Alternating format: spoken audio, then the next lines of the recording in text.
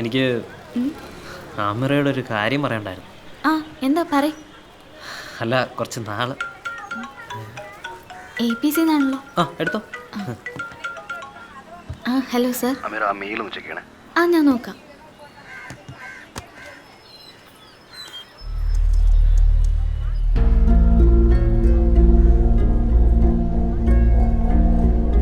എന്താ ആമിറ? കോർട്ടിൽ നിന്ന് ഇവിടേക്ക് വന്ന മെയിലാണ് ആമിറയ്ക്ക് ഫോർവേഡ് ചെയ്തത്. നമുക്ക് ഓർഡർ തന്ന കമ്പനി കോർട്ടിൽ ചാപ്റ്റർ 11 ഫയൽ ചെയ്തിരിക്കുകയാണ്. ചാപ്റ്റർ 11ഓ? ഈ നഷ്ടത്തിലായ കമ്പനി മുന്നോട്ട് കൊണ്ടുപോകാൻ പറ്റാതെ വരുമ്പോൾ കമ്പനി പൂട്ടാൻ അനുവാദം ചോദിച്ചുകൊണ്ട് മാനേജ്മെൻറ്റ് തന്നെ കോർട്ടിൽ ഫയൽ ചെയ്യുന്നതാണ് ഈ ചാപ്റ്റർ 11. നമ്മുടെ നാട്ടിൽ ഈ പാപ്പർ സൂട്ട് ഫയൽ ചെയ്യാന്നൊക്കെ പറയില്ലേ, അത് തന്നെ. അപ്പം നമ്മുടെ ഓർഡർ എടുക്കാൻ താമസിക്കുമോ സർ? ചാപ്റ്റർ 11 ഫയൽ ചെയ്ത കമ്പനിയെ APC ബ്ലാക്ക് ലിസ്റ്റ് ചെയ്യും. ആ കമ്പനിക്ക് ഇനി നമുക്ക് എക്സ്പോർട്ട് ചെയ്യാൻ പറ്റില്ല.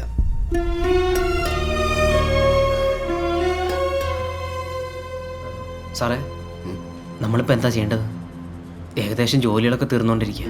സാറേ, അവരുടെ അടുത്ത് നമ്മുടെ കാര്യമൊന്നും പറയാൻ പറ്റുമോ?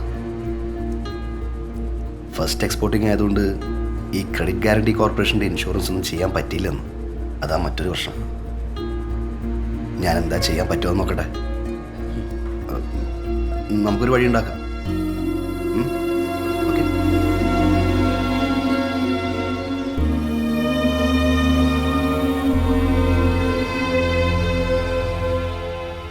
ഇനി എന്ത് ചെയ്യുന്ന ആലോചിച്ചിട്ട് ഒരു എത്തും പിടിയും കിട്ടുന്നില്ലല്ലോ. വാങ്ങാൻ ആളില്ലെങ്കിൽ നമ്മൾ എന്ത് ചെയ്യും? ഏയ്, അങ്ങനെയൊന്നും ഉണ്ടാവില്ല. അജിത് സാർ വിളിക്കട്ടെ, എന്തേലും ഒരു വഴിയുണ്ടോ? വർക്കിച്ചാൻ്റെ കാശ്, ജോലിക്കാരുടെ ശമ്പളം, ഫാബ്രിക്കിനും മറ്റും കൊടുക്കാന്ന് പറഞ്ഞ കാശ്, ഇതെല്ലാം എങ്ങനെ മുന്നോട്ട് പോകുന്നു ചിന്തിക്കാൻ പോലും പറ്റുന്നില്ലല്ലോ വാപ്പി. യൂണിറ്റിലെ വർക്ക് നിർത്തി വെച്ചാൽ മൊത്തത്തിലുള്ള നമ്മുടെ താളം തെറ്റും. പിന്നീട് വീണ്ടും തുടങ്ങാൻ നമുക്ക് പേടിയാവും. ഇപ്പം എങ്ങനെയാണോ പോകുന്നത് അതുപോലെ മുന്നോട്ട് പോകണം. അതിനുള്ളിലൊരു വഴി കണ്ടെത്തിയേ പറ്റൂ. നമ്മുടെ കോഴിക്കോട് ഇവൻറ്റിൽ റിക്വയർമെൻറ്റ് ചോദിച്ച കുറച്ച് കമ്പനികളില്ലേ, അവരെ കോൺടാക്ട് ചെയ്യാനുള്ള വഴികൾ നോക്കിയാലോ? നോക്കാം, എല്ലാ വഴിയും നോക്കാം.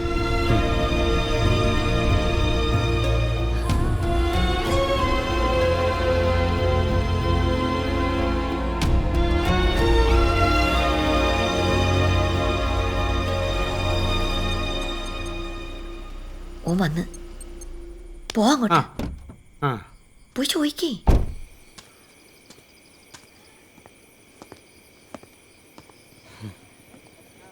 പറയാൻ പറ്റിയില്ല പാപ്പ, പറയാൻ പറ്റിയൊരു സാഹചര്യമല്ലായിരുന്നു.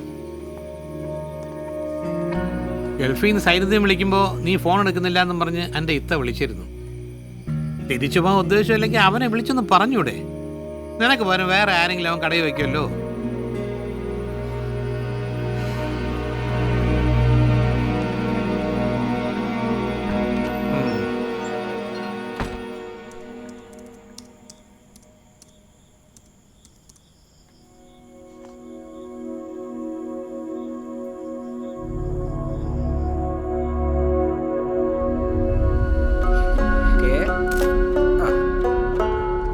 ഇനിയും വാ. അല്ല, ക്യാബ് വാ.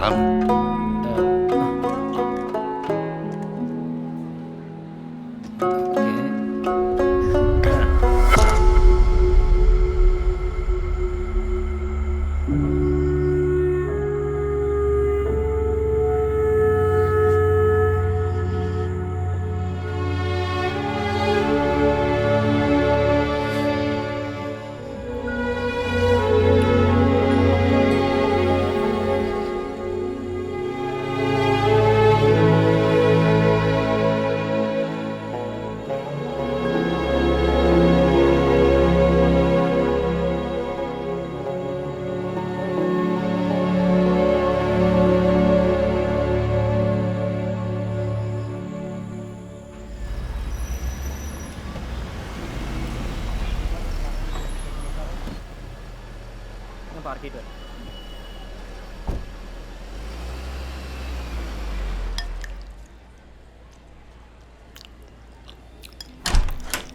Good morning sir.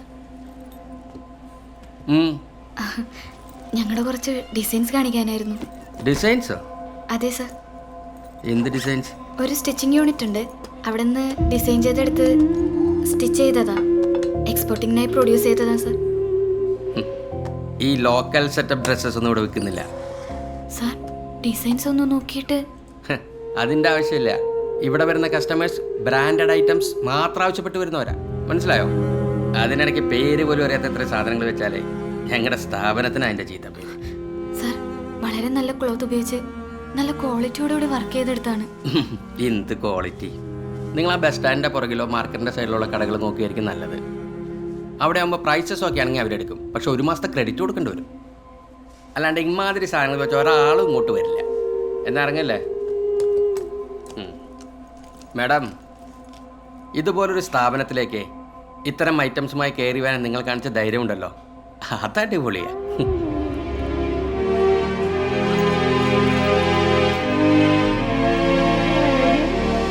മേലെ ഇത്തരം ഫുട്പാത്ത് ഐറ്റംസ് വിൽക്കുന്ന ആളുകളെയും കൂടെ എൻ്റെ മുന്നിൽ വന്നു പോകരുത്, മനസ്സിലായോ?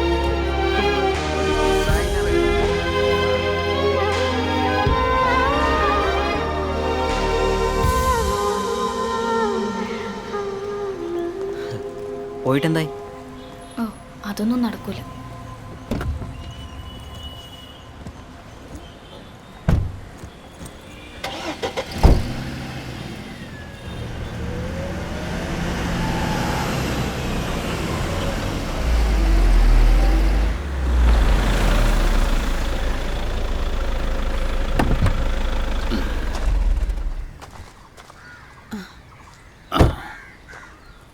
വർക്കിച്ചാനോ? കയറി വാ.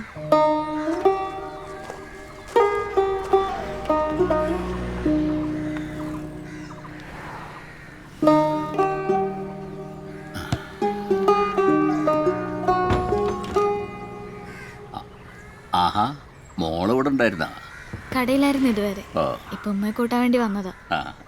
എങ്ങനെയുണ്ട് മോളെ തയ്യൽ കട കമ്പനിയൊക്കെ? അന്ന് പറഞ്ഞ ഓർഡറിന്റെ പിന്നാലെയുള്ള ഓട്ടത്തില. സാരമല്ല മോളെ, ഈ തിരക്ക് പിടിച്ചിട്ടുള്ള ഓട്ടം പാച്ചിലൊക്കെ ഒരു രസമാണ്. എനിക്കും വലിയ രസമായിരുന്നു അതൊക്കെ. ഇപ്പോൾ പഴയ പോലെ ഒന്നും ഇല്ല കേട്ടോ. ഇപ്പോൾ ഈ കാണുന്ന കിബർ മാത്രമേ ഉള്ളൂ. എൻ്റെ ഏലിയാമ്മ പോയ പിന്നെ ഞാനങ്ങ് ഒറ്റയ്ക്കായിപ്പോയി. ഇപ്പോൾ ബിസിനസ്സും ഭരണമൊക്കെ മക്കളാ. ഒരു പ്രായം കഴിഞ്ഞാൽ പിന്നെ കുട്ടികൾ പറയുന്നതനുസരിക്കാതെ ജീവിക്കാമെന്ന് വെച്ചാൽ വലിയ പാടാ.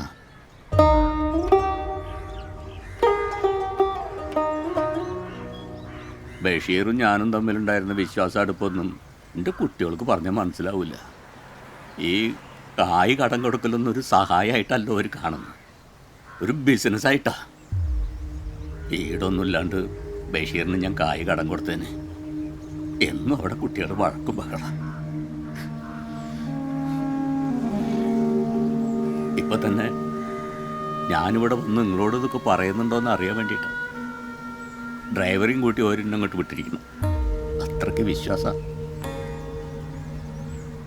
ഞാനങ്ങനെ മരിച്ചു പോയാൽ നിങ്ങൾ കായ് തിരിച്ചു കൊടുത്തില്ലെങ്കിലോ എന്നുള്ള പേടിയാണ് അവർക്ക്. സഹി കേട്ടിട്ട ദൈവത്തിന് നിൽക്കാത്ത കാര്യത്തിനായിട്ട് ഞാനിങ്ങോട്ട് വന്നു.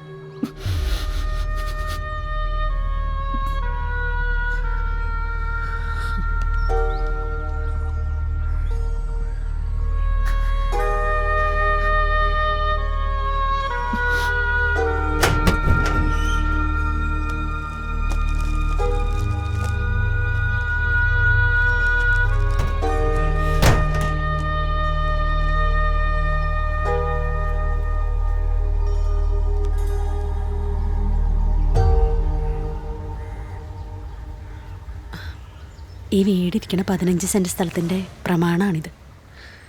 വാങ്ങിച്ച കാശിന് ഈടായിട്ട് കുട്ടികൾക്ക് നിങ്ങളിത് കൊണ്ടുപോയി കൊടുക്കിച്ചായ. നിങ്ങളുടെ അവസ്ഥ എനിക്ക് മനസ്സിലാവും.